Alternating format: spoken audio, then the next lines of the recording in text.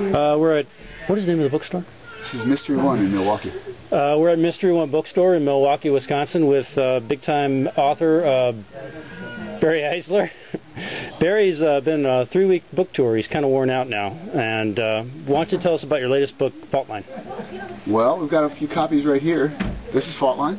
It is the story of two brothers, Alex and Ben Trevin, who can't stand each other, and in fact haven't even spoken since their mother, their surviving parent, died of cancer 7 years earlier.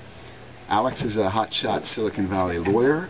Ben is a covert military operator known loosely in the trade as a military liaison element. And if you're curious about that phrase, Google it, military liaison element, and see what you find. Alex represents the inventor of a new security algorithm. The inventor gets killed, the patent examiner gets killed, and then someone makes a run at Alex in his own house. Alex recognizes that he's in over his head, the cops can't help him, and so desperate, he calls on the last person he ever thought he would ask for help from, his big brother Ben. Ben gets the message from Alex in Istanbul, where Ben has just finished killing 2 Iranian nuclear scientists, all in a day's work for a guy like Ben. And although Ben's resentful and reluctant, blood is thicker than water, and he travels to the Bay Area to help his brother Alex.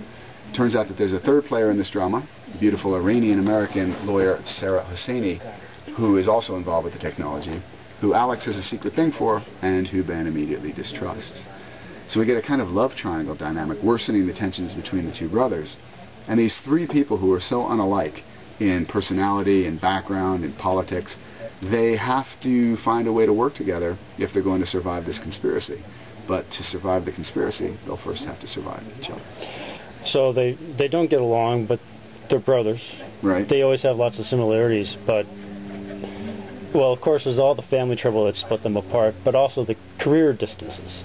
Because Ben seems, the soldier brother seems to have a real chip in his shoulder for anybody who doesn't understand what his work is.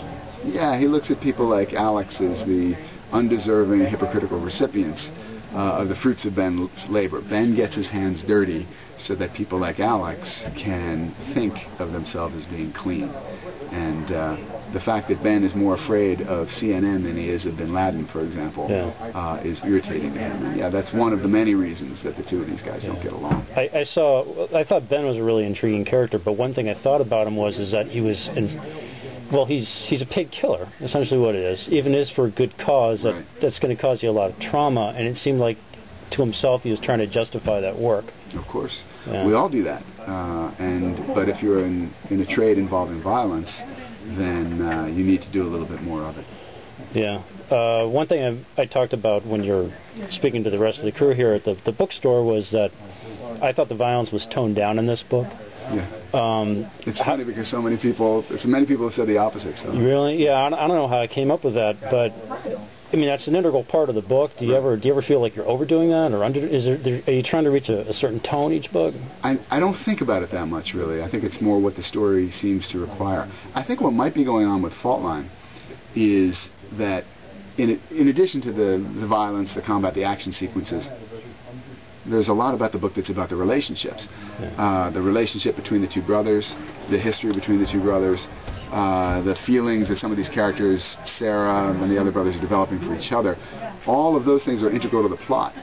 So, so I think that because the book is so character and relationship driven, if you get caught up in that, and you should, it might distract from the fact that there's also a lot of mayhem going on. Yeah, I thought that was also a real departure from the John Rain series, which you got 6 books of John Rain. Yeah. The focus there of each plot is more, to me, about Rain going through the process of doing his assassination. Right. And the relationships there are really important, but here it was kind of a turn from the technical spycraft things to the relationships between the two brothers. There's a bit less of the technical spycraft aspects in this book, I guess. Partly, perhaps because the Rain books are told in first person. Yeah. But in the Istanbul sequences, for example, the surveillance sequences and the concerns, if you're on surveillance, your concerns about counter-surveillance, that sort of thing, very much on Ben's mind as he stalks these 2 Iranian nuclear scientists and their bodyguards in Istanbul.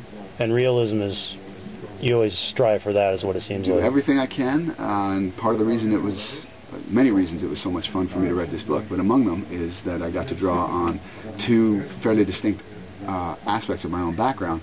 One is I was able to draw on my time as a covert CIA employee, and the other I got to draw on my time as a Silicon Valley high-tech lawyer. So it was fun to create two characters, each of them from those two separate worlds, and put them together. Last question to put this to rest. I was thinking about this the other day, and I don't know why, but do you have a favorite Star Wars character? I don't, actually, but or I haven't until this moment.